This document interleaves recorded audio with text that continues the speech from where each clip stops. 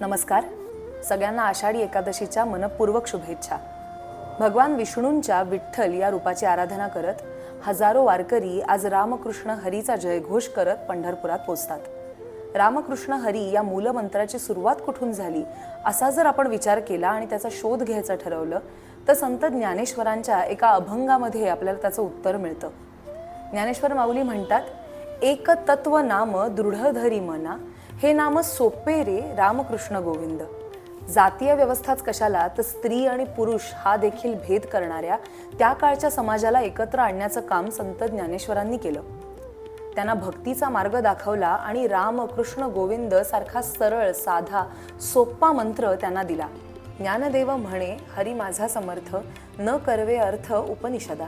धर्म, अर्थ, काम, मोक्ष यांच्या बरोबरीनेच भक्ती हा पाचवा पुरुषार्थ आहे असं संत ज्ञानेश्वर म्हणतात.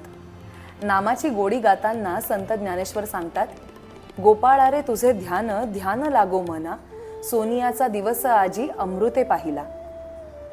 भक्ती आणि कर्मयोग यांची अतिशय सुरेख सांगड संत ज्ञानेश्वर घालतात.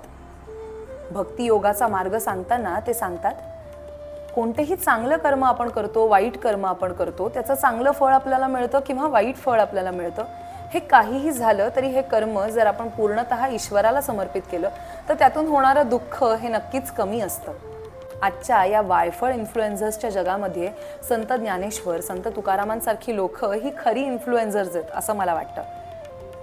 800-400 वर्षांनंतर सुद्धा त्यांच्या मार्गावर लोक चालतात, त्यांचा शब्द लोक पाळतात आणि त्यांच्यासाठी शेकडो किलोमीटर पायी चालतात.